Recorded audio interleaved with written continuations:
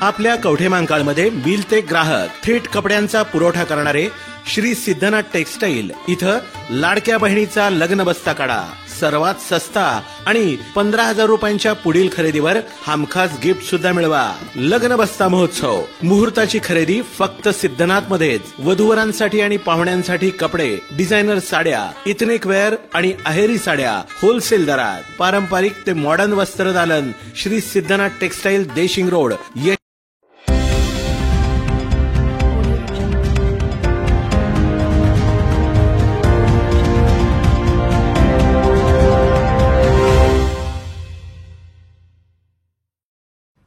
कवठे महांकाळचा महांकाली कारखाना जयंत पाटलांना ढापायचा आहे. चाललेले उद्योग बंद पाडून बँकेच्या माध्यमातून विकत घेण्याचा जयंत पाटलांचा उद्योग. महांकाली साखर कारखाना निवडणूक युवकांनी लढवावी. महांकाली साखर कारखाना विकण्याचा डाव कोणाचा?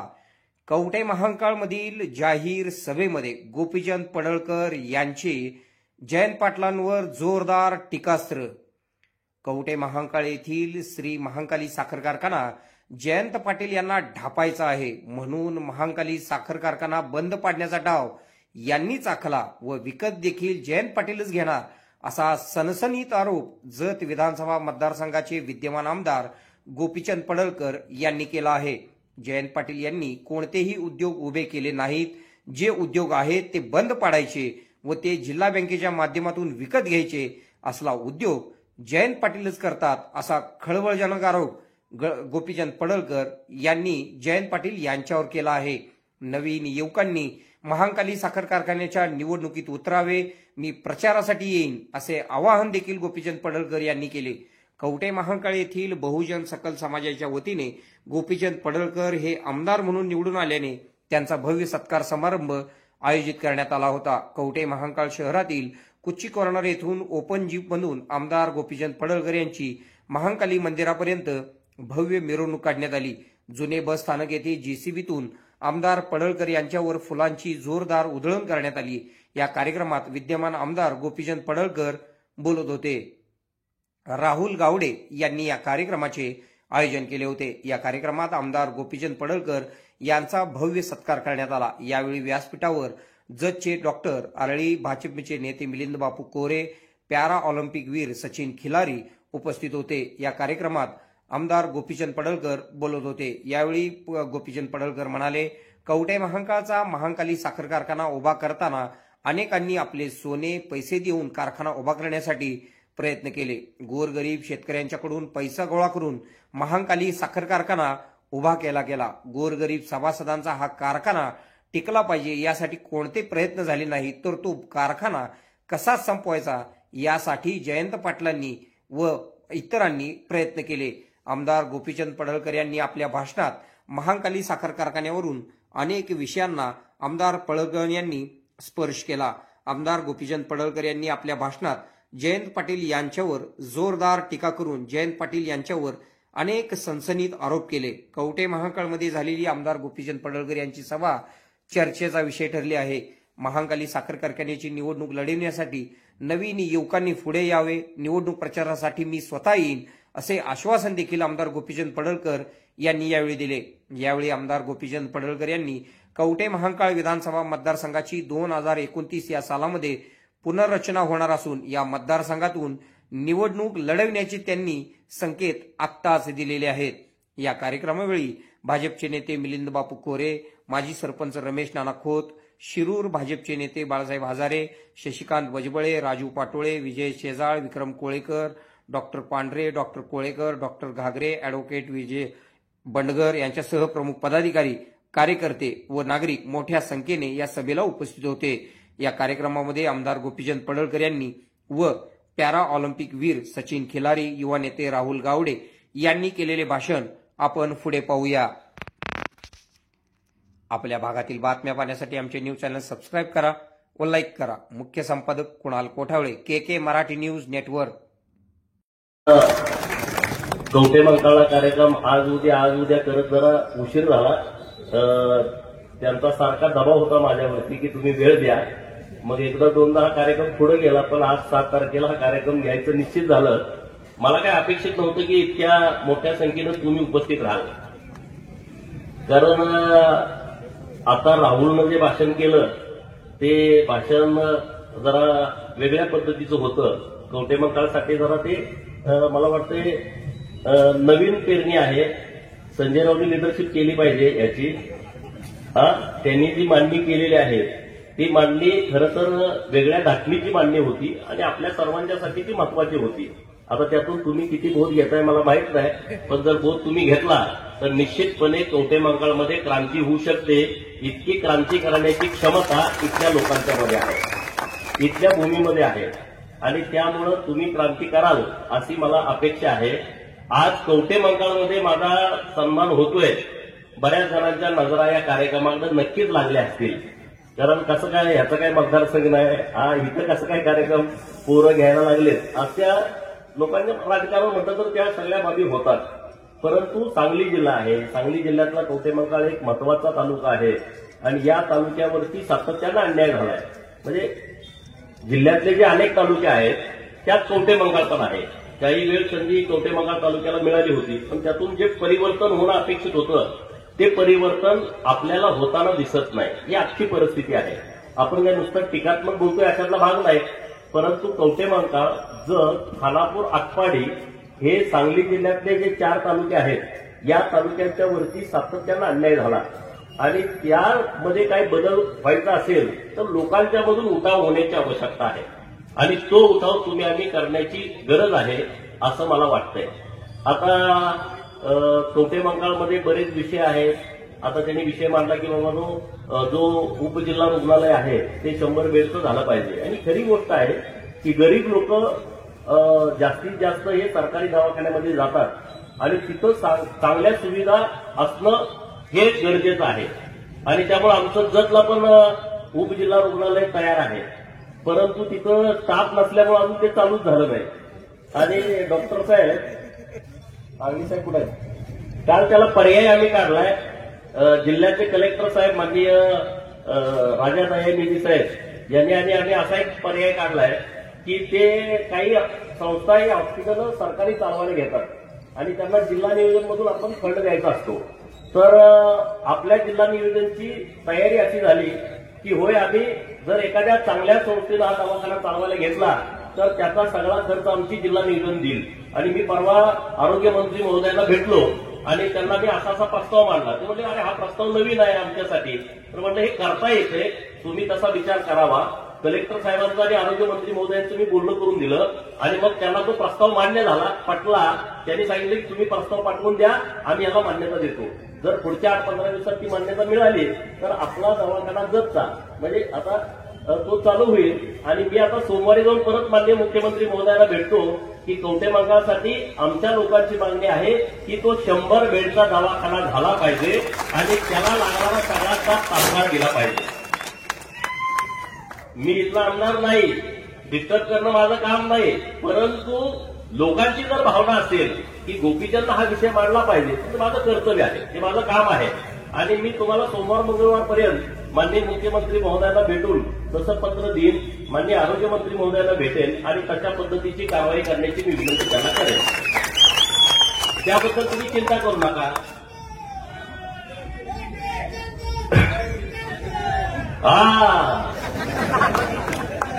तुम्ही आहे म्हणून तर मी आहे, नाहीतर माझं खूप अवघड आहे. लोक म्हणते गोपीचंदची जिरली पाहिजे, तर अशी माणसं जिरू देत नाही. त्यामुळे जे म्हणतात गोपीचंदची जिरवा त्यांची अनेक वेळा जिरलेली तुम्ही बघितली आणि पुढे काय मिळेल.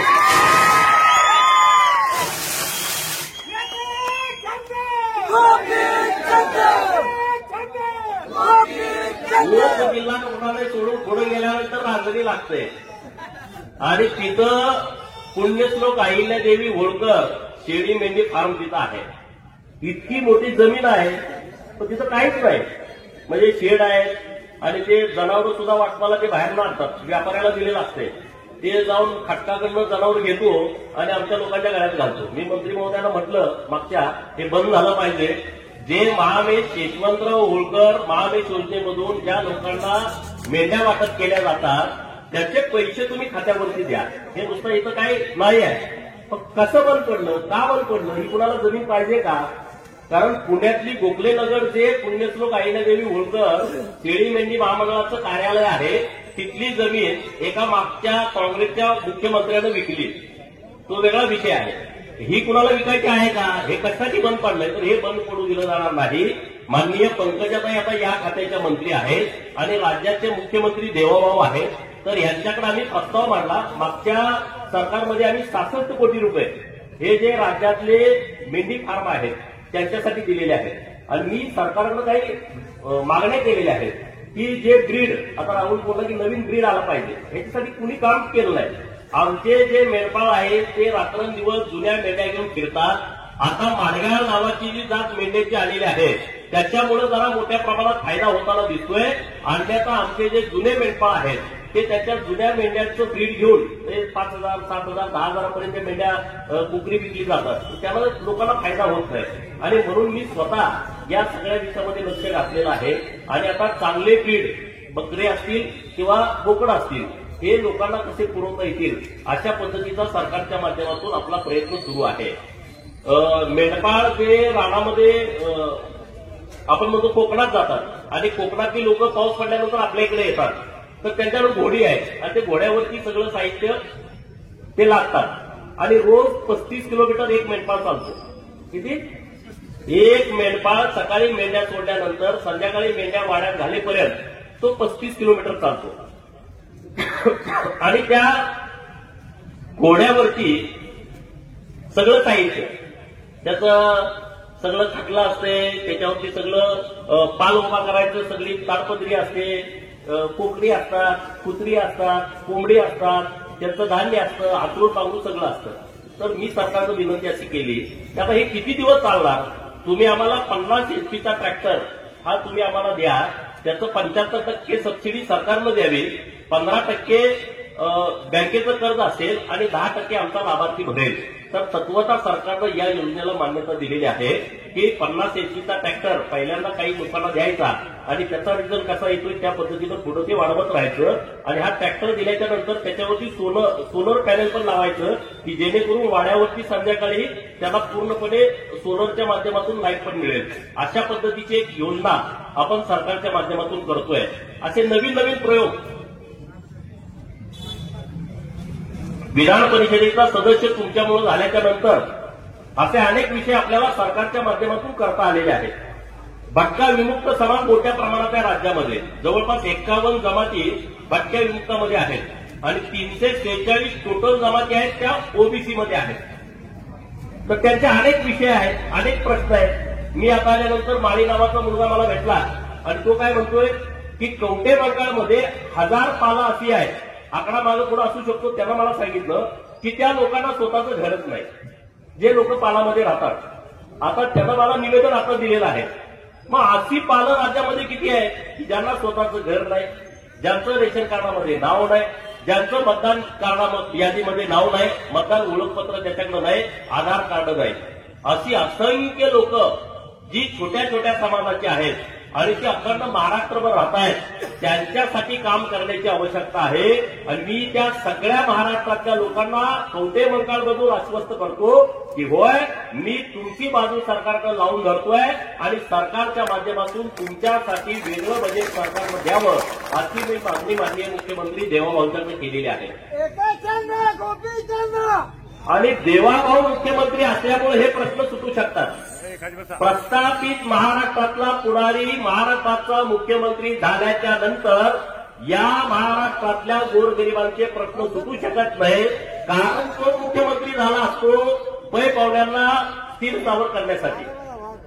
कुठल्या पाहुण्याला कारखाना द्यायचा, कुठला कारखाना बंद पाडायचा, कारण तुम्हाला माहित आहे त्यांना कुठलं काम जमत नाही. आता समजा उदाहरणार्थ जयंतराव पाटील कुठलं स्वतः काम करू शकतात का?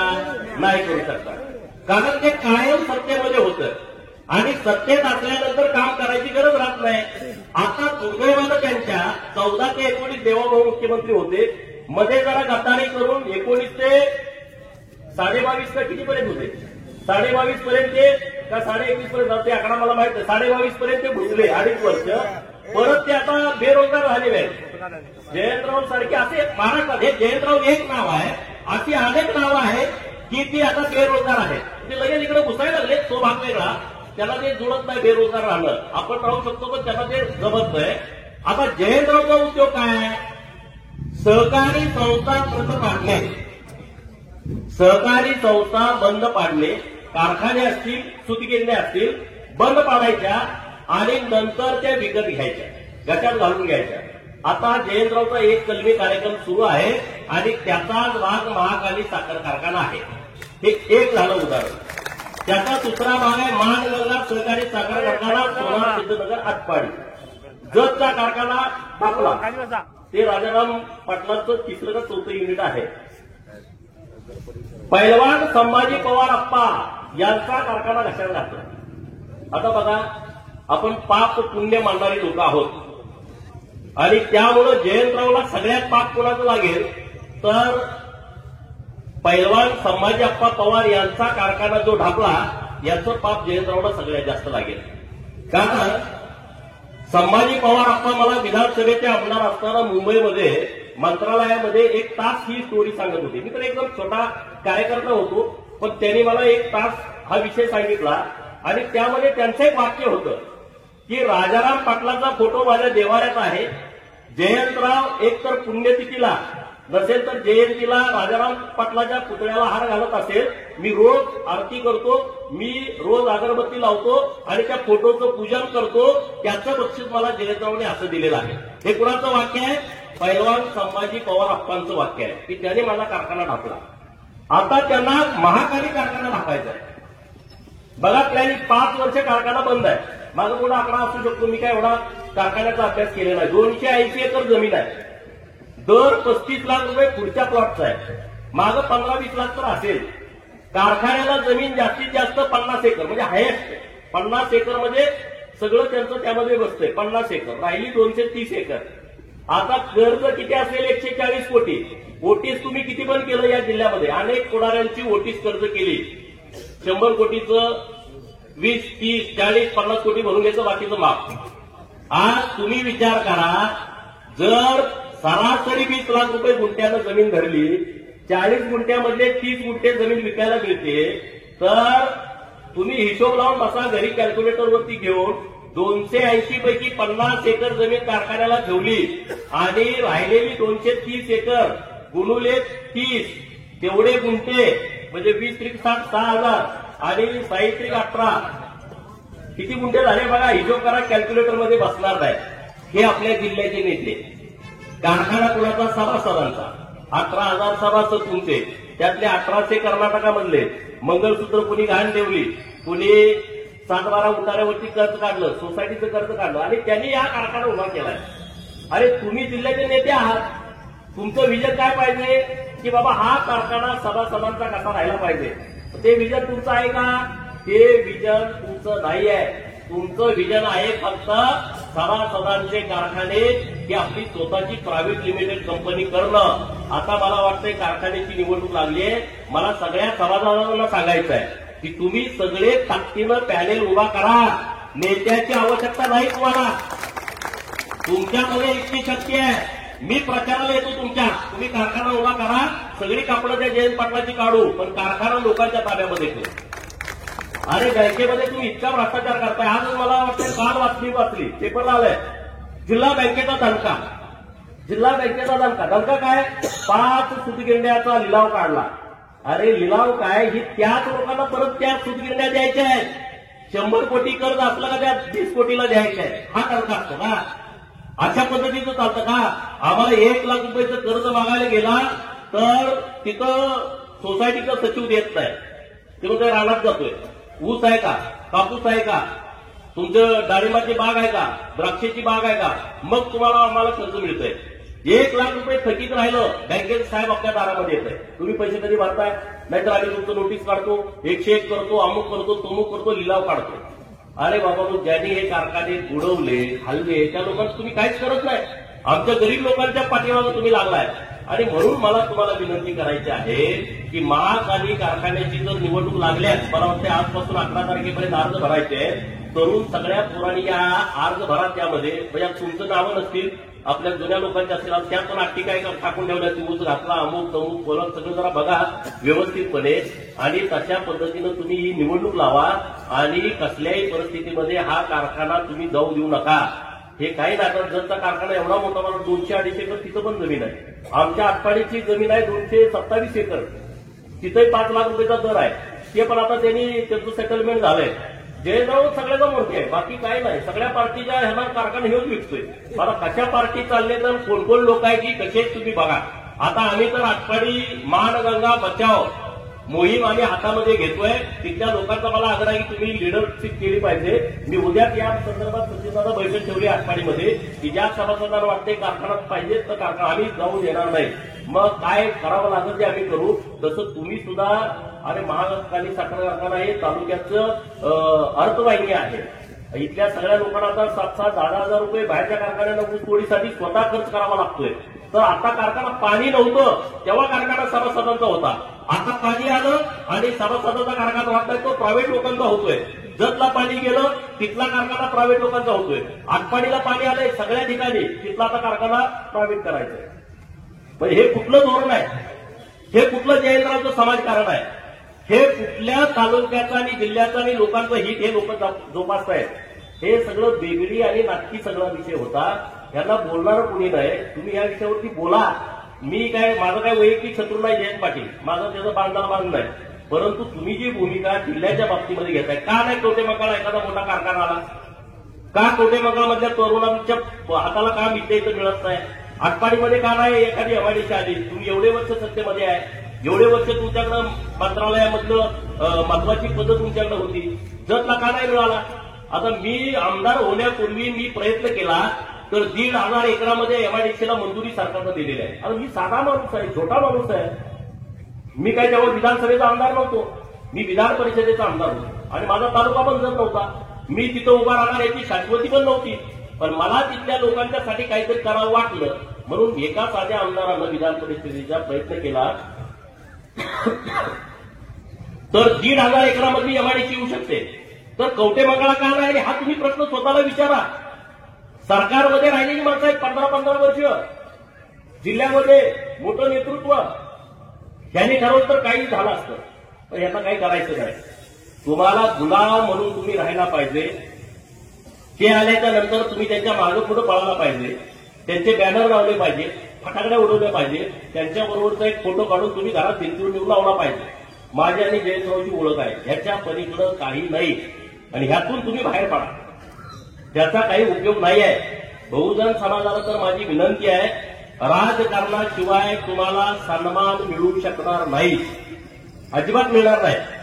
आज मी एकटा आमदार आहे. जिल्ह्यातल्या कुठल्याही बहुजनाला माझ्याकडे यायचं, गरीब मराठ्यापासून सगळ्या लोकांनी तुमचं काम करून देण्याची जबाबदारी माझी. कुठल्याही मतदारसंघात असतात,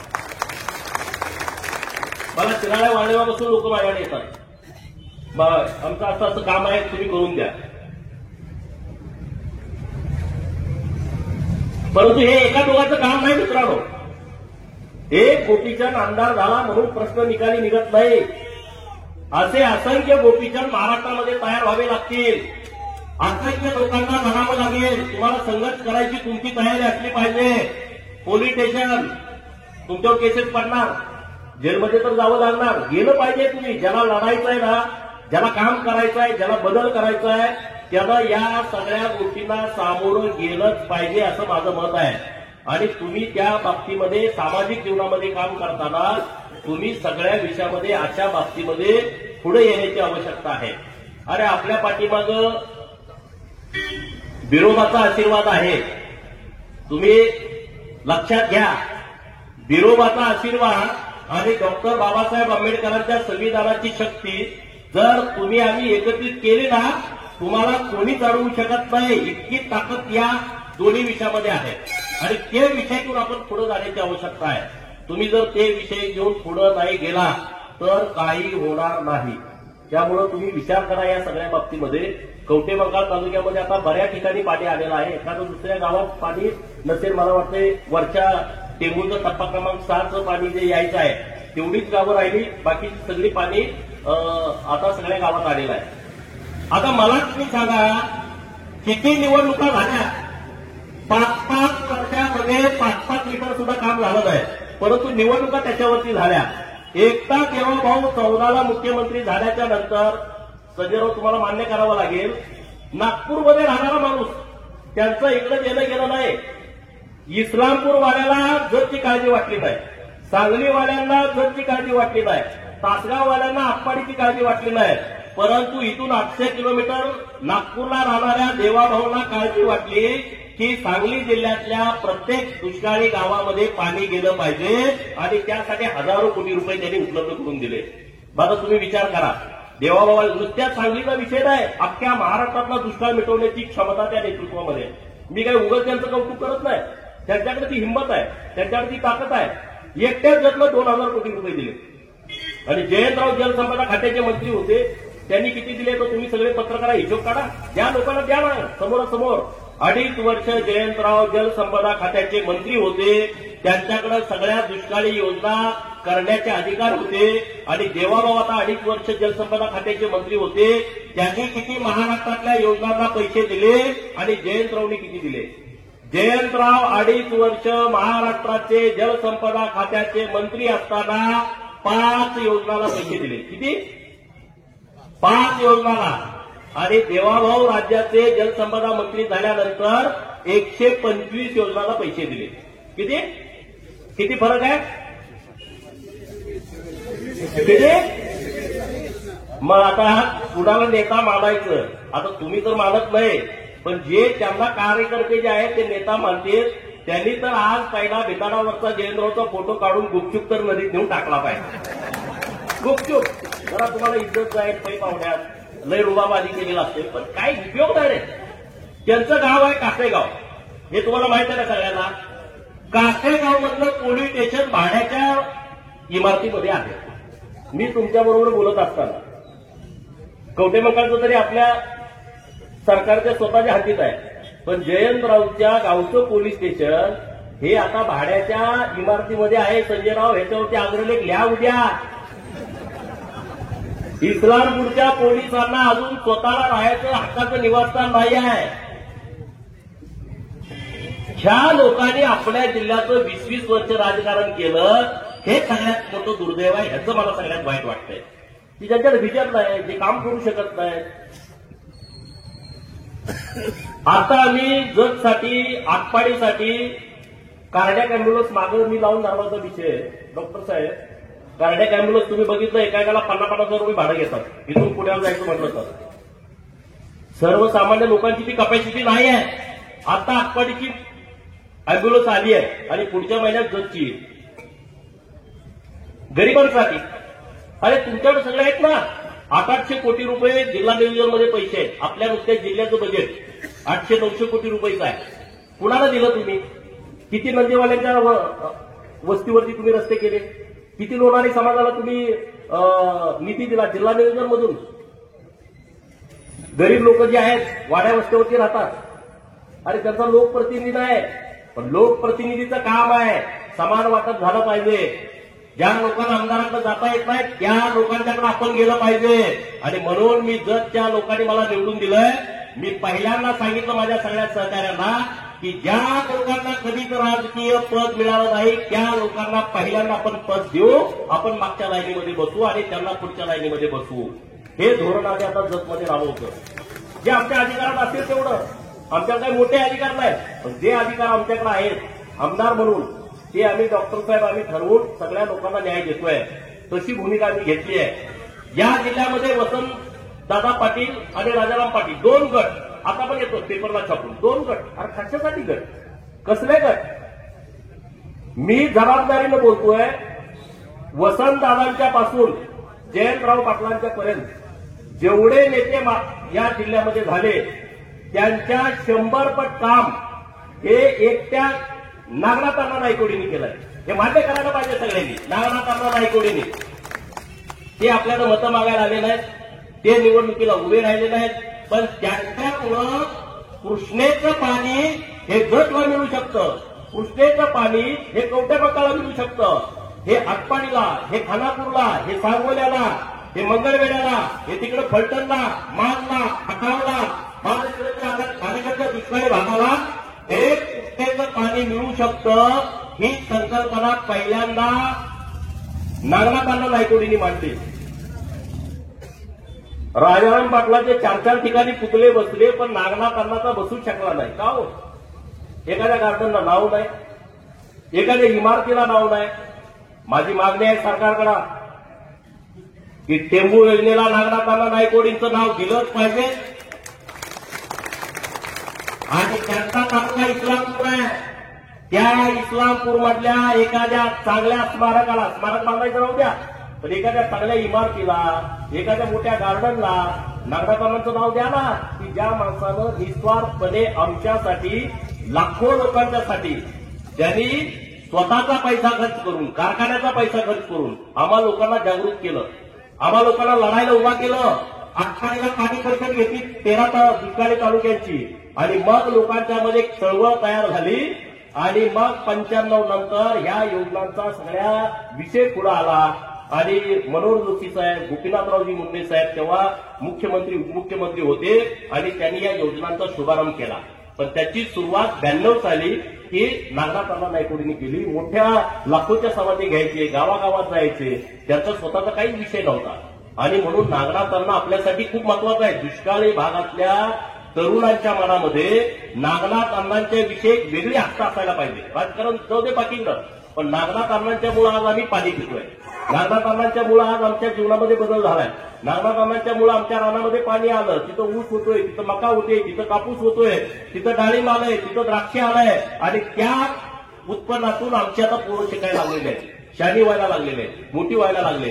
त्यामुळे नागनाथांना हे आपल्यासाठी खूप महत्वाचा विषय आहे, आणि तो विषय आपण सगळ्यांनी पुढे घेऊन जाण्याची आवश्यकता आहे. कुणाला काय वाटू दे, ते त्याच्याशी आपल्याला देणं घेणं नाही. आणि या जिल्ह्याला एक मोठी पार्श्वभूमी आहे, या तालुक्याला पण मोठी पार्श्वभूमी आहे. हा कारखाना उभा करताना स्वर्गीय नानासाहेब सगळे साहेब, माननीय जगदाळे साहेब, पंडितराव जगदाळे साहेब, माननीय शेंडगे बापू, विठ्ठलराव कोळेकर बापू, असे अनेक माणसं असतील, असंख्य असतील, आणखी नावं मला माहीत नसतील. त्या भागातला मला इतक्या लोकांची जुन्या नावं माहीत नाहीत. या लोकांनी काम केलं, या लोकांनी योगदान दिलं की कारखाना उभा राहायला पाहिजे, सभासदांचा असला पाहिजे, आणि त्यातून लोकांना मदत झाली पाहिजे. आज ती परिस्थिती आहे का? आज ती परिस्थिती नाही. हा कारखाना पूर्वी पैलवानांना मदत करायचा, पैलवानांना दत्तक घ्यायचा. आज कुठं आहे? कारखानाच बंद आहे. कामगारांना देशोडीला लागले. कोरोनाच्या काळात काही कामगारांचा मृत्यू झाला. आज त्या कामगारांच्या बायका रोजगारात जातात इतर ठिकाणी. काय सन्मान राहिला सांगा ना. आज त्या कारखान्यामध्ये ऑफिसर म्हणून काम करणारा एखादा अधिकारी, आज त्याची मिसेस, त्याची पत्नी जर इतर ठिकाणी कामाला जात असेल तर त्या कुटुंबाची काय अवस्था झाली असेल? ते कशामुळं, ते कशासाठी? या सगळ्या विषयामध्ये आपण जाण्याची आवश्यकता आहे. कवठेमंकाळ तालुक्यामध्ये आपल्या तरुणांची एक फौज तयार करा. तुम्हाला कसली अडचण आली मला सांगा, मी तुमच्याबरोबर ठामपणे उभा आहे. तुम्हाला कुठली कसली अडचण येऊ देत नाही. कुणी खोटं केलं, पोलीस स्टेशनला तक्रार दिला, तुमच्यावरती चुकीचे खटले दाखल केले, काही होणार नाही. पण तुम्ही एक चळवळ तयार करा, एकत्रित या आणि आपली सुरुवात करा जोरदार. जिल्हा परिषद पंचायत समितीला सुरुवात होते का बघा, विचार करून एक चांगलं पॅनेल तगडं उभा करा ना एका बाजूला. बघा कसा दणकावून जातोय. ही राजकारणामध्ये प्रचंड ताकद असते. तुम्ही जरा केलं ना ते होऊ शकतं. आता मला नगरपालिकेचे कामगार भेटले, स्वच्छता करणारे कामगार. म्हणजे आमची नगरपालिका इतके दिवस झाले अजून आम्हाला परमनंटच केलं नाही. आमचं यादीत नाव आलं, आता आले ना. अरे कोण बघणार? तुम्ही तर बघितलं पाहिजे. गरीब माणसं आहेत, स्वच्छता करणारी लोक म्हणजे गरीब लोक आहेत. त्याची कुणी तर बाजू घेतली पाहिजे ना. मोठ्याची बाजू कुणी घेईल, गरीबांची बाजू घेईल. आज सांगलीमध्ये 1200 कर्मचारी असे आहेत की त्या कर्मचाऱ्यांना अजून परमनंटच केलं नाही. ते मानधनावरती आहे. 1986ला मानधनावरती लागणारे कर्मचारी अजून मानधनावरती आहेत. माझा जन्म 82चा आहे. म्हणजे तुम्ही विचार करा. आज ती लोक 1200 लोक आज गरीब गरीब गरीब लोक आहेत. मुंबईमध्ये मंत्रालयाला पाठी घालतात आणि आता ती फाईल पुटअप केलेली आहे. काही दिवसामध्ये त्यांचं परमनंटचं ऑर्डर सरकारच्या माध्यमातून निघेल. हे उद्योग सुरू आहेत आपल्या सांगली जिल्ह्यामध्ये.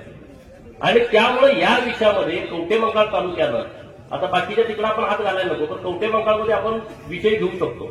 पूर्वी कवठेमंकाळ आणि आटपाडी असा मतदारसंघ होता. ते असतं तर बरं झालं असतं, मला जगलं जावं लागलं नसतं. आणि आता परत पुनर्रचना आहे, काही घडू शकतं. सांगली जिल्ह्यात कुठेही तरी चालतंय त्यामुळे काय नाही पुनर्रचना आहे आता 2029 पूर्वी 2026ला परत मतदारसंघाची पुनर्रचना होते. त्यामुळे कवठेमहांकाळ आता काही लोक बोलतात की आता मतदारसंघ पण वाढणार आहेत. त्यामुळं कवठेमहांकाळ स्वतःच एक विधानसभा क्षेत्र होऊ शकतं. त्यामध्ये मला ते खरी खोटी माहिती नाही, पण 2 लोकसभा होणार किंवा विधानसभेचे मतदारसंघ छोटे छोटे होणार असं एक लोकांच्या मध्ये चर्चा आहे. मंत्रालयात पण चर्चा आहे, लोकांच्या पण अधिकृत नाही. उद्या मनात गोपीचंद पडळकरांनी अशी घोषणा केली असं काही विषय नाही. मी काय तेवढा मोठा माणूस पण नाही, परंतु असं होऊ शकतं. त्यामुळे तयारी लागा, काही चिंता करू नका. आपल्याला काहीतरी करावं लागेल. मी लोकसभेला उभा राहिलो तेव्हा तुम्ही मला चांगली मदत केली होती 2019च्या लोकसभेला, बरोबर ना? सगळे फाटकी फाटकी माणसं आम्ही एकत्रित झालो. गावात आता ते गट तसाच आहे. ग्रामपंचायतला ती लोक लढतात. बऱ्याच गावामध्ये तसंच आहे. मला फोन करतात ते तेव्हाचा आपला गट झालाय, आता आम्ही सरपंच झालोय. तेव्हाचा गट होता, आता आपला डेप्युटी सरपंच झालाय. आपले 4 सदस्य निवडून आलेले आहेत. एखादा विचार पेरला ना तो लोकांच्यापर्यंत खोलवर जातो. आणि त्यामुळं कवठेमहांकाळमध्ये आज तुम्ही जो कार्यक्रम घेतलेला आहे, राहुलदादा असतील, रमेशदादा असतील, सगळी राजू असेल, सगळी टीम असेल, त्यांनी एक खूप चांगला कार्यक्रम घेतलाय. माझ्या सरकारचा एक निमित्त आहे, परंतु तुमच्यामध्ये एकत्रित येण्याची भावना ही आजच्या कार्यक्रमाच्या निमित्तानं तयार व्हावी आणि ती संघटितपणा एकत्रित येऊन तुम्ही काहीतरी चांगला निर्णय राजकीय दृष्ट्या घ्यावा असं मला या कार्यक्रमाच्या निमित्तानं वाटतंय. कवठेमहांकाळमध्ये माझा सन्मान होतोय ही माझ्यासाठी खूप अभिमानाची आणि आनंदाची बाब आहे. कारण माझं कवठेमहांकाळशी खूप संबंध आहे. संजय भाऊ तर मला मी 2002 सालापासून तुम्हाला सगळ्यांना ओळखतोय आणि तेव्हापासून तुम्ही मला बघितलंय. मी काय फार मोठ्या घरातला अशातला भाग नाही, पण बाहेरच्या लोकांना वाटतं अरे ह्याला काहीतरी लॉटरी लागली, पण त्यांना माहित नाही मी काय काय केलंय. मुंबईच्या वगैरे लोकांना वाटतं अरे हे काय मध्ये घुसलाय, शिवनुता पवारांना बोलतोय त्याच्यावर आमदार झाला का, पण त्यांना माहित नाही आपण काय काय इकडं कार्यक्रम केलेले आहेत, सामाजिक कार्यक्रम केलेले आहेत, किती वेळा जेलमध्ये गेलोय, माझ्यावरती केस टाकलेल्या. त्यांना वाटतं अरे हो काय असं नाही काय, त्यांना माहित नाही. ज्यांनी माझ्यावरती केस टाकली तेव्हा त्यांच्या चड्ड्या फाटक्या होत्या आणि मी सफारी गाडीतून फिरत होतो. परंतु त्यांच्याकडे सत्ता असल्यामुळं आता त्या विषयावरती बोलायचं नसतं की लोक आता नाहीत, त्यामुळे त्या विषयावरती मी बोलत नाही. जीवन माणसाची कापडं काढता येते, बाकीच्या लोकांवरती बोलणं उचित होत नाही. परंतु जगकरांनी माझा खूप सन्मान केला. विधानसभेमध्ये त्यांनी मला पाठवलं. मला पाडण्याचा अनेक लोकांनी प्रयत्न केला. अनेकांना वाटतच नव्हतं की मी निवडून येईल, कारण ते त्यांच्या पाहुण्याला फोन करायचे, ते माझ्या विरोधात असायचे, म्हणजे येत नाही निवडून. ते तिकडं वर रिपोर्ट करायचे 5 मी येत नसते. पण मला कॉन्फिडन्स होता. डॉक्टर आरळी साहेब, आमची सगळी टीम भाजपची आणि सगळ्या महायुतीची, आम्ही खूप चांगल्या पद्धतीने नियोजन करत होतो आणि लोकांना वाटत होतं की गोपीचंद हा जतमधून आमदार झाला पाहिजे. सगळ्यात जास्त जयंतरावची झोप उडाली होती. जयंतराव झोपलंच नाही. जयंतराव हा एकदम कपटी आणि नीच माणूस असल्यामुळं तो आयुष्यात समाधानी राहतो. अहो मी जेव्हा विधान परिषदेचा आमदार झालो, माणूस एखादा हलकट आणि नीच कसा असू शकतो, लोक म्हणजे गोपीचंद काही बोलतो. आता तुम्ही सांगा, मी विधान परिषदेचा आमदार झालो, माझ्याबरोबर सगळेच आमदार, उद्धव ठाकरे साहेब असतील, आपल्या नीलम गोरीताई असतील, शशिकांत शिंदे हे राष्ट्रवादीतून तेव्हा आमदार झाले, अमोल मिटकरी हे राष्ट्रवादीतून आमदार झाले, आणि असतील 9 जण आम्ही होतो. आणि तेव्हा कोरोनाचा काळ होता आणि उद्धव साहेबांनी शपथ घेतली तेव्हा ते आमदार नव्हते. आणि आमदार झाल्यानंतर 6 महिन्याच्या आतमध्ये शपथ घेतल्यानंतर 6 महिन्याच्या आत आमदार व्हावं लागते.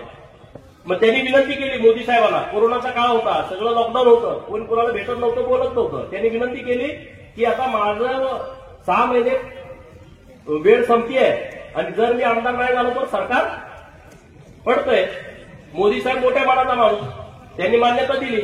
आता आपल्याला वाटत पडलंच पाहिजे, असं झालं म्हटलं, आपल्याला वाटणार ना कार्यकर्ता म्हणून ते कशाला वाटतं. त्यांनी विनंती मान्य केली आणि त्यांनी निवडणूक लावली. निवडणूक पूर्ण बिनविरोध, सगळ्यांचं ठरलं की निवडणूक बिनविरोध.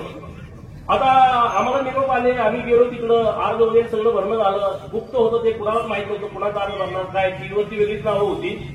आणि जेव्हा छाननी होती तेव्हा प्रदेश कार्यालयामध्ये मी बसलो होतो. सगळे उमेदवार आम्ही सगळे प्रदेश कार्यालयामध्ये होतो. आम्ही काय तिकडे जायचा विषय नाही, पार्टीचे वकील होते. आणि माझा फोन सायलेंट. तेव्हा कोणते 4-5 मिस कॉल, चंद्रकांत दादांचे 4-5 मिस कॉल. परत मी मोबाईल घेतला तर एवढे मिस कॉल पडले. मी फोन लावला, अरे तू कुठं आहे? मी म्हणलं प्रदेश कार्यालयामध्ये आहे. अरे ताबडतोब जा म्हणले, तिथं तुझ्यावरती आक्षेप घेतलाय.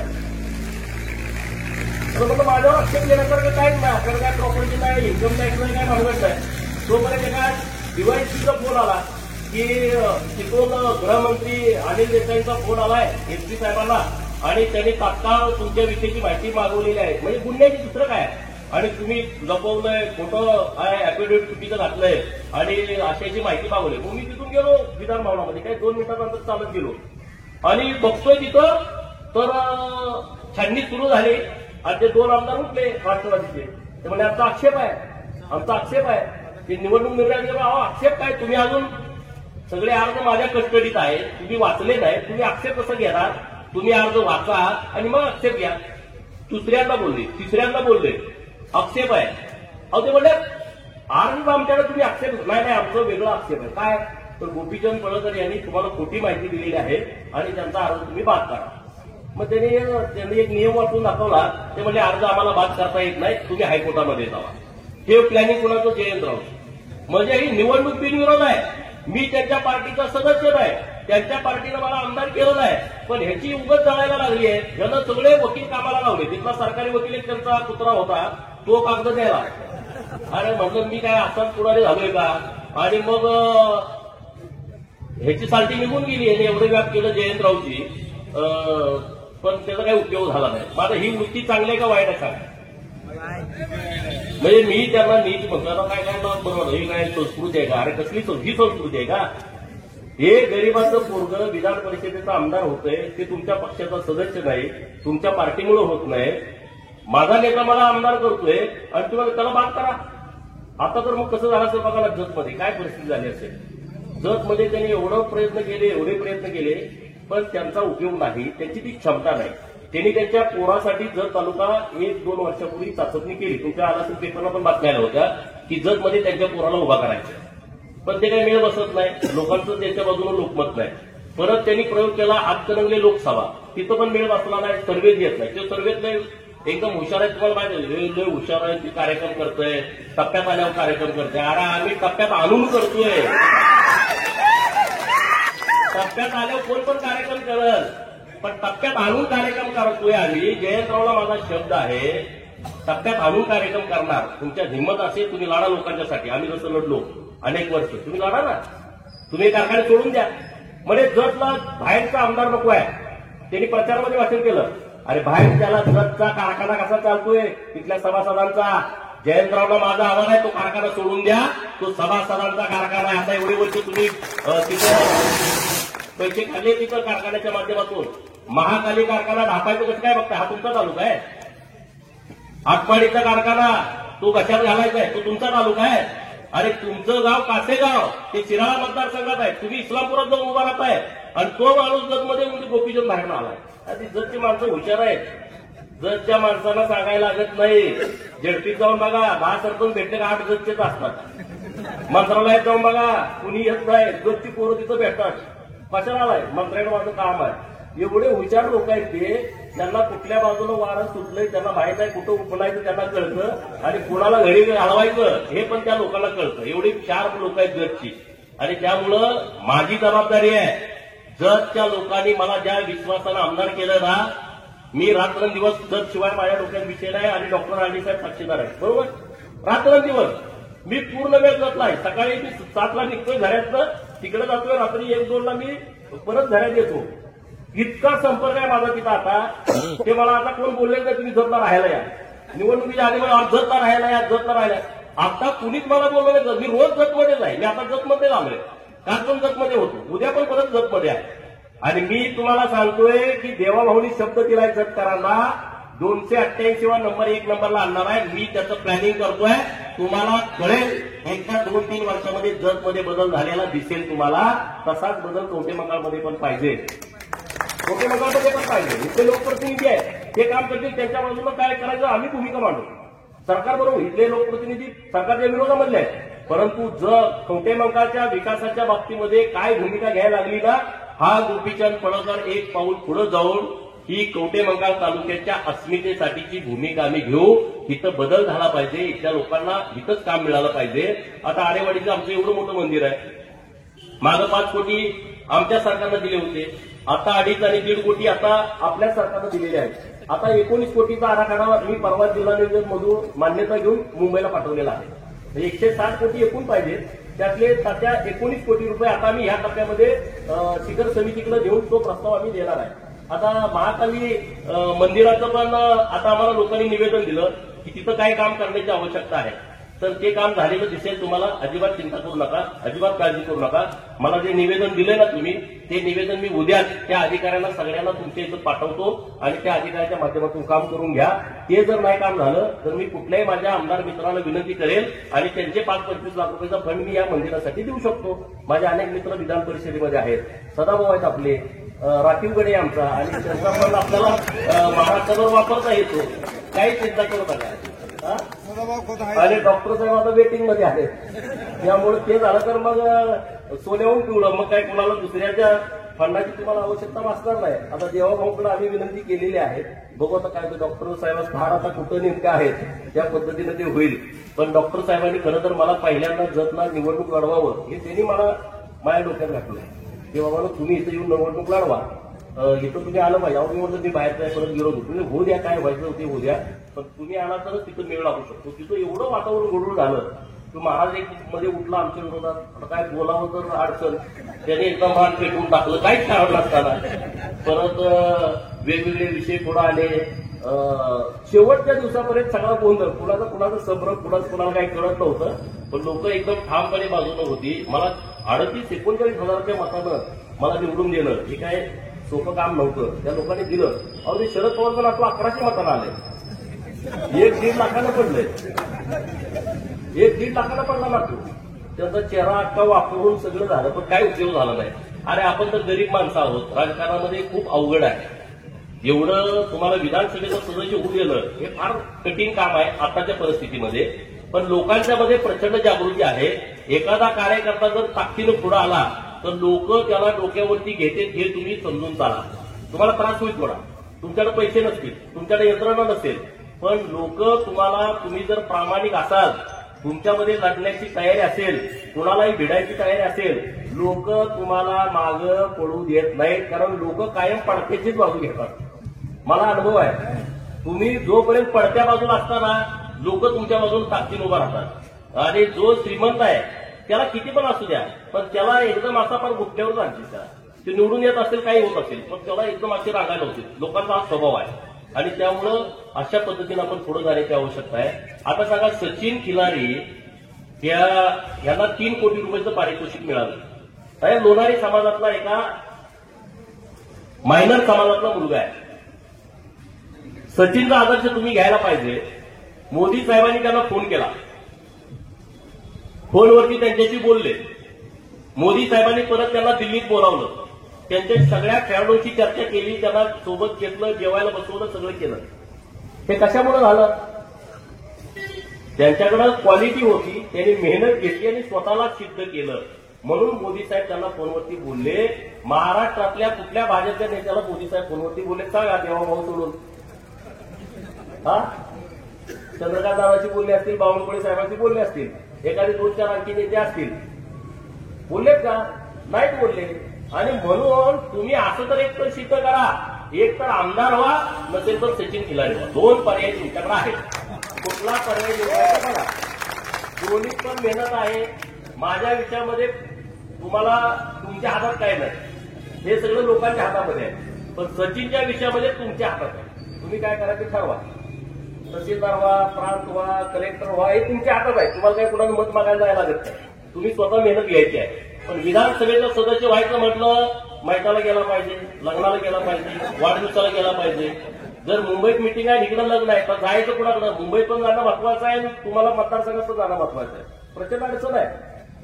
कारण लोकप्रतिनिधीच्या बाबतीमध्ये लोकांना वाटतंय तसं नाही, अरे हे तुलाही बरं चाललंय, तुझी परिस्थिती नाही. तसं तुम्ही समजू नका.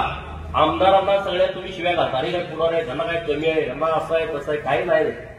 मुंबईमध्ये तुम्ही आला ना मंत्रालयाच्या पुढं, आमदाराच्या खिशाला बिल्ला नसला तर तुम्हाला आमदार थटून गेला तरी कळत नाही हो आमदार आहे म्हणून. फुटपाथवरती सगळे आम्ही फिरत असतोय, त्यातल्या काही लोकांना लोक ओळखतात. त्यातला भाग्यवान गोपीचंद पडळकर आहे की मला लोक ओळखतात. नाही बोलतात. आणि गरीब आमदार आहे. अनेक आमदार, त्याच्याकडे कारखाना आहे, त्याच्याकडे सुतगिरणी आहे, त्याच्याकडे बँक नाही, पण ते लोकांची कामं करून तिथं आलेले आहेत. अनेक असे प्रस्थापित आहेत, तो विषय वेगळा. त्याचा आजोबा होता, त्याचा बाप होता, त्याचा चुलता होता, तो पण आहे. पोराची व्यवस्था बघतोय 25 वर्ष कधी होते. आमदाराचा पोरगा आमदार होणं सोपं आहे, पण नवीन कुटुंबातला पोरगा आमदार होणं हे फार अवघड आहे. त्याला आधीच बदनाम करून टाकते तो नालायक आहे, जो असा आहे, जो गुंड आहे. मला गुंड म्हणून त्याने आधी पब्लिश केला. गोपीचंद पडळकर गुंड आहे. तुम्हाला वाटतंय का? रमेश दादा वाटतंय का मी गुंड आहे? नाही वाटत. पण मी जरचा आमदार झालो, सन्मान काय असतोय? अमोल मिटकरी आमदार साहेब मला भेटले. तुम्हाला माहिती आहे माझं त्याचं एकदम सारखं फायटिंग व्हायची. पण विधानसभेमध्ये मी गेलो, अधिवेशन होतं आणि मी असं चाललो होतो, त्यांनी माझ्या हाताला धरलं. हो पडळकर साहेब, बोला की म्हणलं, काय झालं? आयला मांडलं म्हणलं, तुम्हाला तुम्ही दुसऱ्या मतदारसंघात जाऊन आमदार झाला.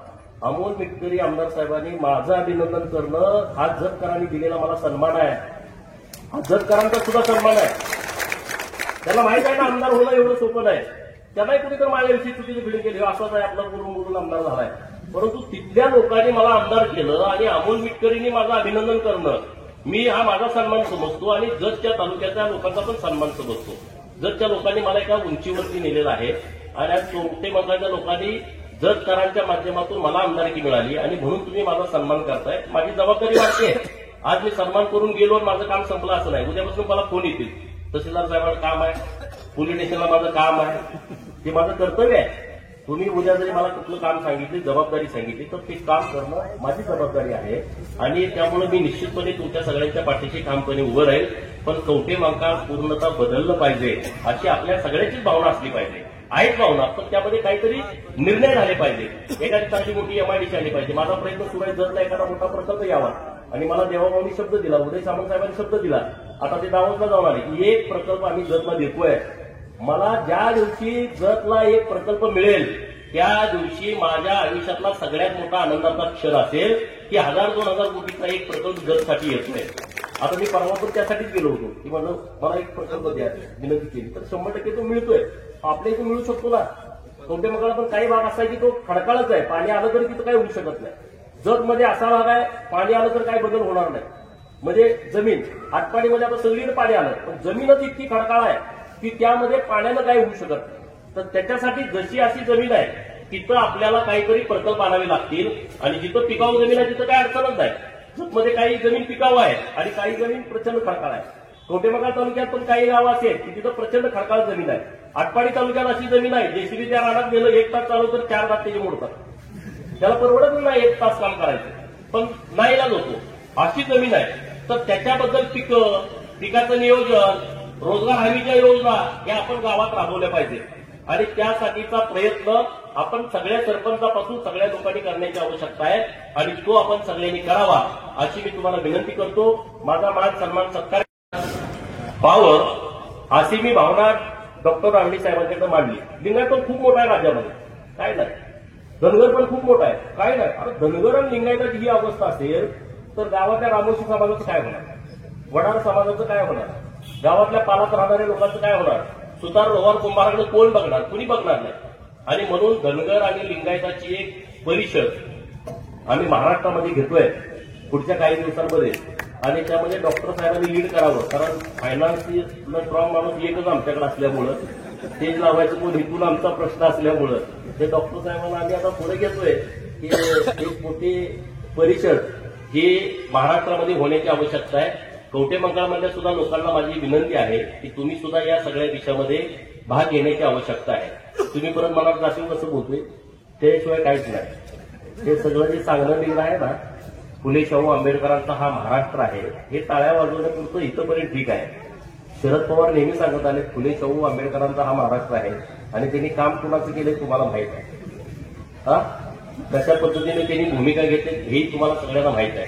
आता मी त्या विषयावरती बोलत नाही कारण आता मला सूचना आहे की पवारवरती काही बोलायचं नाही. सगळीच म्हणते तो तेव्हा काय बोलू नका, बरं मी नाही बोलत. आता काय बोलण्यासारखं काय राहिलेलं नाही. सगळं लोकांना आम्ही उलगाडून सांगितलंय. आता त्यामुळे आम्ही आता त्यांचा अध्याय सोडूनच दिलाय. आता त्यामध्ये काय राम आणि रसच राहिलेला नाही. त्यामुळे आता आपल्याला वेगळे विषय घेऊन, वेगळा अजेंडा घेऊन आपल्याला पुढे जायचं आहे. या अधिवेशनामध्ये सगळ्या बहुजनांचे विषय, सगळ्या गोरगरिबांचे, शेतकऱ्यांचे, कष्टकऱ्यांचे विषय मी सभागृहामध्ये मांडण्याचा प्रयत्न करणार आहे. अर्थसंकल्पीय अधिवेशन असल्यामुळं तुमचे काय विषय असतील वेगळे, तुम्ही सगळ्यांच्याकडे तर ते सुचवा. आपण त्या पद्धतीनं राज्य सरकारकडे आपण भूमिका घेऊ, तिथं आपण विषय लावून धरू. परंतु देवाभाऊ मुख्यमंत्री झाल्याच्यामुळं आपल्या सगळ्यांना न्याय मोठ्या प्रमाणात मिळणार आहे. माझे नेते आहेत म्हणून मी बोलत नाही, कारण राजकारणामध्ये असं होतं, जो माणूस आपल्याला आवडतो त्या माणसाचे दुर्गुण कळत नाही, जो माणूस आपल्याला आवडत नाही त्याचे गुण कळत नाही. पण देवाभाऊ असा माणूस आहे, मला जरी आवडत असले आणि एखादा विरोधक असेल तर तो विरोधक सुद्धा मान्य करेल की हा नेता महाराष्ट्रासाठी काहीतरी करू शकतो, त्यांच्याकडे काहीतरी व्हिजन आहे आणि महाराष्ट्रात परिवर्तन करण्याची क्षमता आहे. आता वीज बिल माफीचा निर्णय त्यांनी घेतला. कसा घेतला ते किती अभ्यास पूर्ण घेतलाय तो तुम्ही लोकांना आपण सांगितलं पाहिजे. 2 वर्षानंतर 1 रुपयाचा सुद्धा लोड सरकारवरती येत नाही, असं नियोजन सरकारच्या माध्यमातून आहे की जी सोलारचा निर्णय घेतलेला आहे. आता सोलारवरती कनेक्शन द्यायचं सुरू आहे. आपल्या लोकांच्या तक्रार येत आहेत की बाबा त्याला हेड मिळत नाही, बोर आपले 500-700 फुटाचे आहेत ते पाणी मारत नाही, आपल्या पाईपलाईनी 5,000-7,000 हजार फुटाचे आहेत तिथं पाणी जात नाही. तर त्याच्यासाठी आम्ही देवाभाऊच्या कानावरती हा विषय घातलाय. आपण त्यातून पण मार्ग काढतोय. त्याबद्दल तुम्ही अजिबात चिंता करू नका, अजिबात काळजी करू नका. एवढंच या निमित्तानं बोलतो आणि थांबतो. मध्ये पदक जिंकून अर्जुन पुरस्कार प्राप्त केला ते सचिन खिलारी साहेब.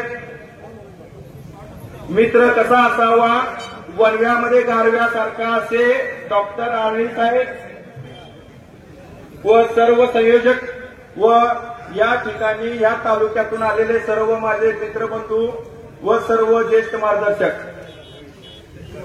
सत्काराचा कार्यक्रम साहेब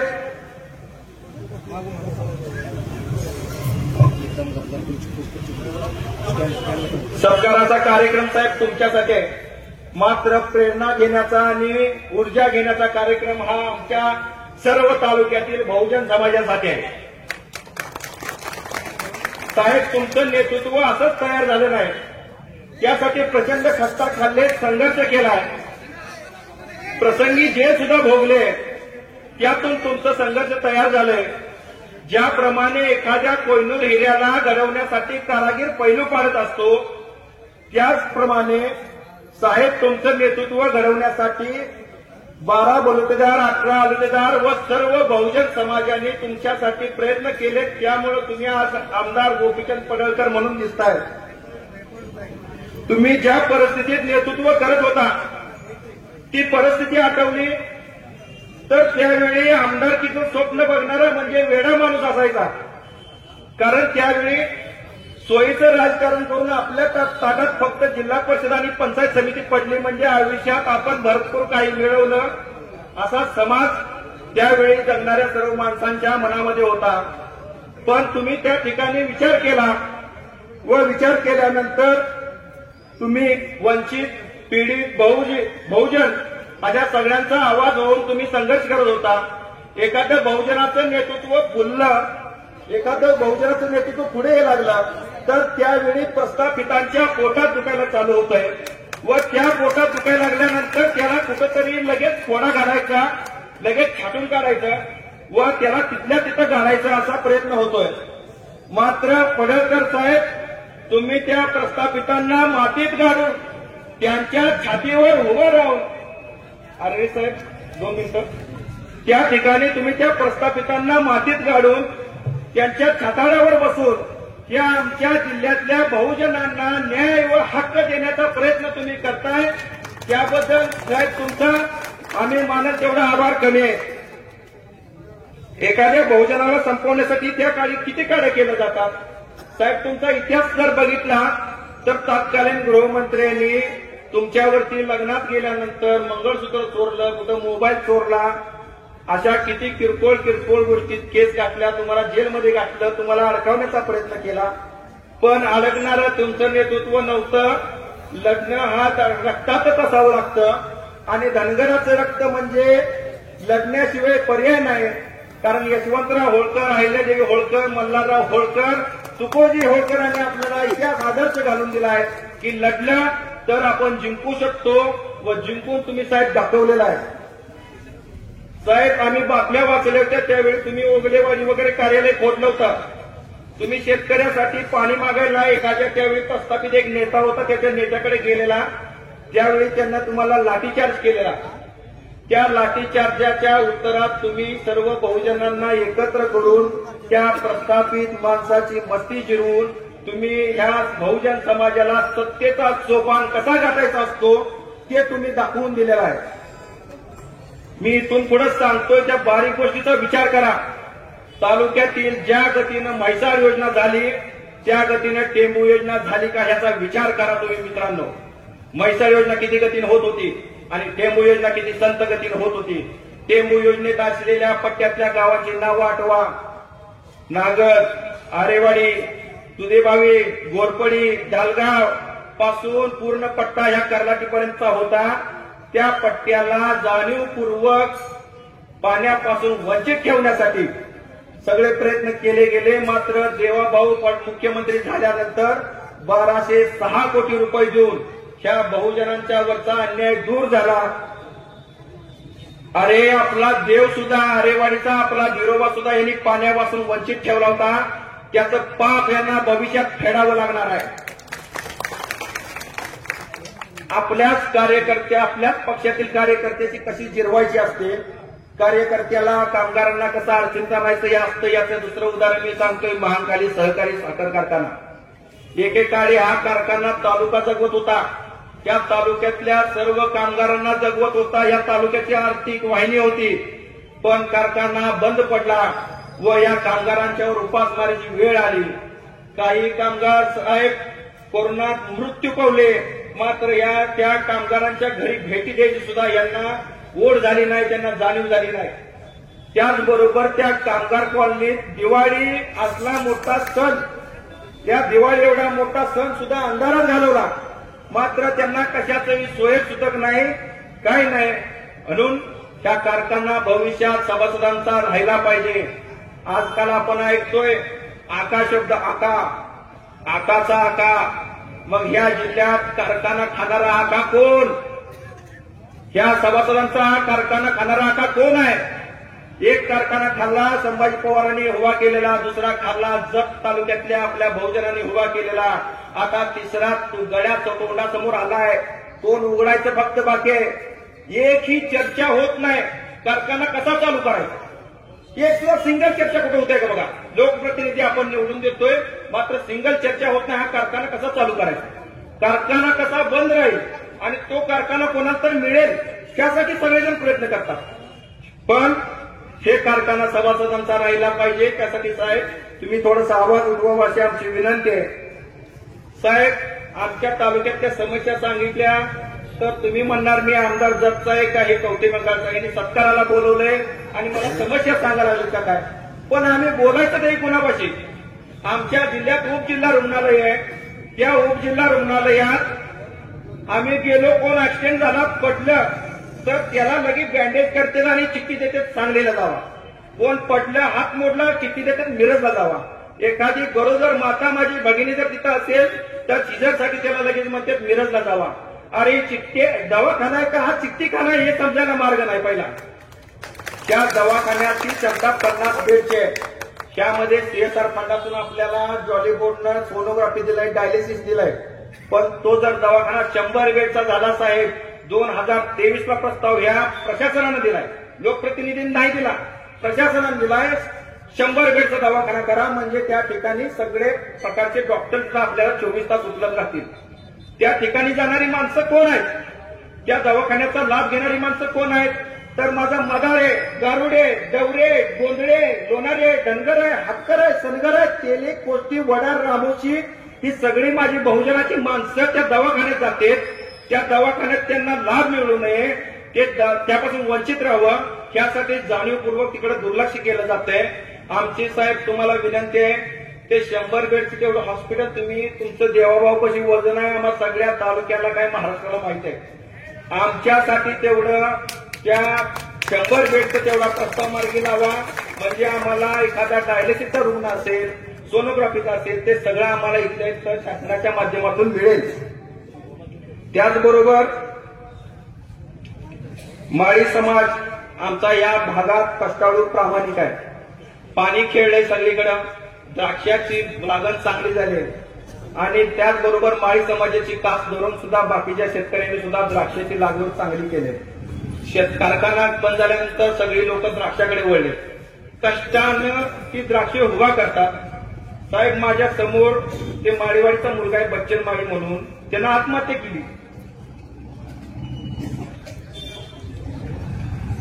म्हणजे एखाद्याला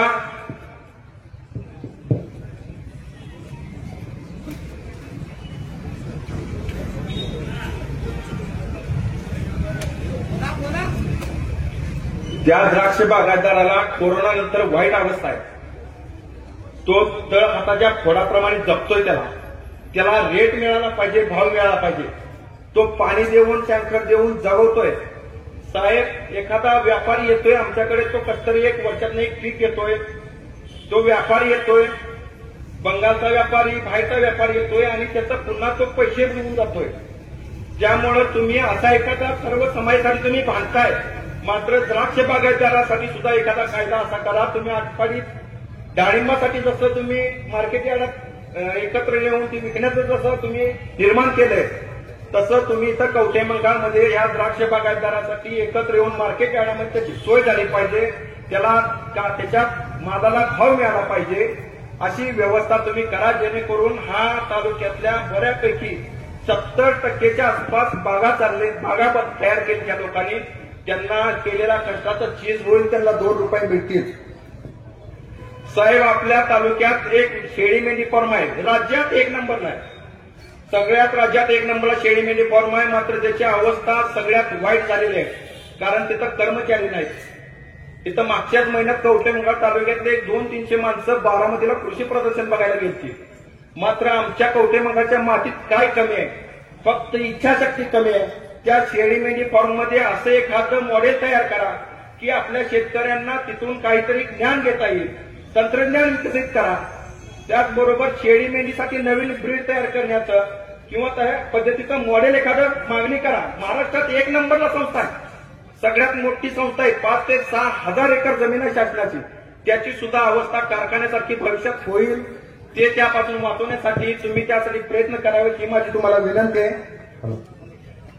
साहेब आमच्या तालुक्यात रांजणी म्हणून गाव आहे, तिथूनच एक 5-6 किलोमीटर तालुक्यानंतर सगळ्यात लोकसंख्येनं 2 नंबरचं गाव आहे. कवठे मंकाळनंतर 2 नंबरचं आहे. त्या गावात तुम्ही कुणीकडूनही जावा, पूर्वेकडनं जावा, पश्चिमेकडनं जावा, दक्षिण उत्तर 8ही दिशाकडनं जावा, एक गावाला जायला रस्ता सुद्धा चांगला नाही.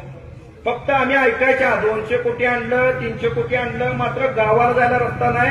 विठराईवाडीत मारुलवाडीत जायला रस्ता नाही. दुळगावमध्ये हजारे वस्तीवर जाण्यासाठी रस्ता नाही. लिंबेवाडी घ्या, बसपवाडी घ्या, कर्लाटी घ्या, एकाही गावाला जायला रस्ता सुद्धा नाहीत. म्हणजे आम्हाला या बहुजन समाजाला मुख्य प्रवाहापासून तोडून कसा वंचित राहील. म्हणजे आमच्या शाळा आम्हाला मिळत नाहीत, दवाखान्याची उपलब्धता नाही, रस्ते नाहीत. म्हणजे आम्ही कायम पाठीशीच राहिलं पाहिजे. आणि आम्हाला एक इलेक्शनच्या अगोदर एक इंजेक्शन मारलं होते 15 दिवस. आम्ही असं बेभान होतोय, असं नाचतोय, तू ह्या पार्टीचा मी ह्या पार्टीचा, असं भाऊभाऊ, असं मित्र असं खेचून पट्टी वाटते ना. आणि गुलालात एकदा नाचलं की नाचल्यानंतर परत आम्ही आमच्या कामाला, त्यांनी त्यांच्या कामाला. आम्ही एकदा सुद्धा त्यांना विचारायला जात नाही, माझ्या रस्त्याचं काय झालं, माझ्या उद्योगाचं काय झालं. MIDC तर आमची लांबची गोष्ट आहे. साहेब तुम्ही 1500 एकर MIDC आणली हो, आम्हाला MIDCचं एम सुद्धा नाही आमच्या कवठे मंकाळ तालुक्यात. मात्र आम्ही साधा प्रश्न सुद्धा विचारत नाही लोकप्रतिनिधींना की बाबा आमच्या हाताला कामाचं काय झालं, आमचं काम का मिळत नाही. हा लोकप्रतिनिधींना प्रश्न सुद्धा विचारत नाही. शेडगे बापूनंतर समाजात पूर्ण तालुक्यात सगळ्यांची दयनीय अवस्था आहे. सूर्य दिसणार नाही इतका अंधार आहे. मात्र तो अंधार बाजूला सारण्यासाठी साहेब तुमच्याकडून प्रेरणा घ्यायची आहे. अंधारा मी या बाबतीत एक तुम्हाला वाक्य म्हणेन, अंधेरा बहुत है सूरज निकलना चाहिए, अंधेरा बहुत है सूरज निकलना चाहिए. किसी भी तरह से हो ये मौसम बदलना चाहिए. त्यासाठी आपण सगळ्यांनी प्रयत्न केले पाहिजे. आपण या माझ्या ह्या तरुण मित्रांना विनंती आहे, तुम्ही राजकारणात या, समाजकारणात या. राजकारणात आल्यानंतर आम्ही आज बघतोय काय परिस्थिती आहे. एखादा सामान्य माणूस आला तर त्याला जन्माला दाखला मिळण्यासाठी सुद्धा 2-2, 3-3 तास वाट बघावी लागते. त्यासाठी तुम्ही राजकारणात या. तलाठ्याकडे नोंद घालायची असेल तर तुम्हाला 2-2 दिवस, 15-15 दिवस वाट बघावी लागते. पोलीस स्टेशनला जायचं असेल तरी तुम्हाला त्यांची दखल घेतली जात नाही. त्यासाठी तुम्ही समाजकारणात या, राजकारणात या. फक्त राळे साहेब, तुम्ही आम्हाला समाजकारणात आदर्श म्हणून नाही, राजकारणात आदर्श म्हणून नाही.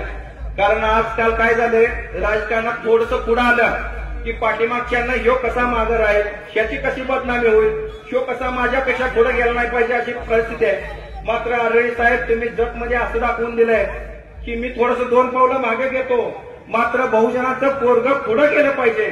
तुम्ही ज्याप्रमाणे कृष्ण अर्जुनाचा सारथी होता, त्याला अपेक्षा नव्हती मलाच मिळावं सगळं, मात्र अर्जुनाला काहीतरी मिळालं पाहिजे, त्याला योग्य संदेश देण्याचं काम तुम्ही या जत तालुक्यात केलंय. तुमचं मानावं तेवढा आभार कमी आहे.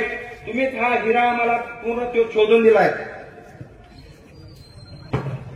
यापुढे विस्थापित विरुद्ध प्रस्थापितांची लढाई चालू होणार आहे. प्रस्थापित म्हणजे कोण, तर कायम पिढ्यानपिढ्या त्यांच्या घरात सत्ता असणारी. तर यापुढे विस्थापितांचा म्हणजे आपल्या सगळ्या भटक्या, विमुक्त सगळ्यांचा जे काही प्रश्न असतील, जे काही संघर्ष असेल, त्यासाठी आपण सगळ्यांनी एकत्र आलं पाहिजे व इथून पुढे अशीच आपली बहुजनाची मोठ बांधली पाहिजे. त्यासाठी आपण प्रयत्न करूया. व एवढंच या ठिकाणी मी सांगतो, यापुढे जे काही प्रश्न असतील आमदार लेवलचे ते गोपीचंद पडळकर साहेब सोडवतील व इथून पुढे तालुक्यात कोणत्याही अडचणी असू देत, एकमेकाला सांगत जावा, एकमेकाला मदत करूया व आपण पुन्हा एकदा या कवठेमंकाळ तालुक्यावरती बहुजनांचं नेतृत्व उभा करूया. ही ऊर्जा, ही शपथ घेऊन जावा. गोपीचंद पडळकर साहेबांचा सत्कार फक्त मुख्य घेऊन आणि फुलं देऊन करण्यासाठी आलो नाही, त्यांची ऊर्जा घेऊन, त्यांचा प्रेरणा घेऊन इथून पुढे आपल्याला जायचं आहे. मी जाता एवढंच सांगेन, दरिया है हम, दरिया है हम अपना हुनर जानते हैं. दरिया है हम अपना हुनर जानते हैं.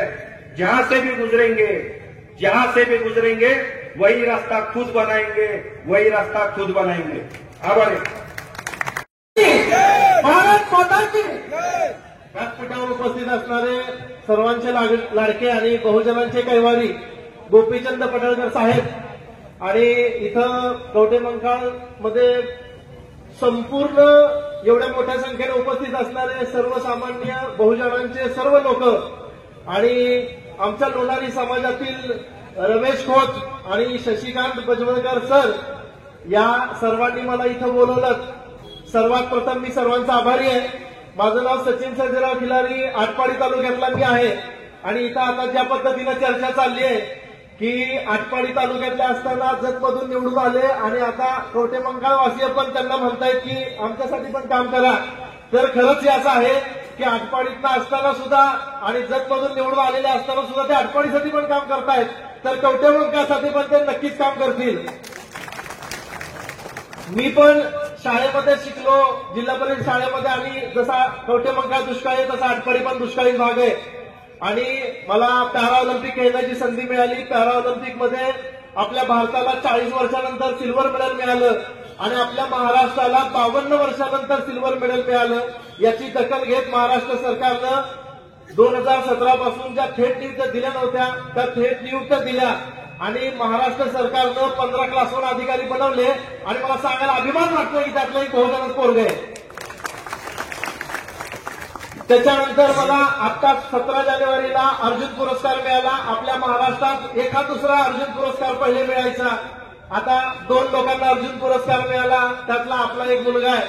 त्याच्यानंतर मला सांगायला अभिमान वाटतोय की हे जे काय महाराष्ट्र गव्हर्नमेंट आपल्यासाठी करतंय त्यांनी पुढे जाऊन जे बक्षिसाची रक्कम होती ती वाढवली आणि मला पॅरा ऑलिम्पिकमध्ये सिल्वर मेडल मिळवलं म्हणून मला 3 कोटी रुपयाचं बक्षीस जाहीर केलं.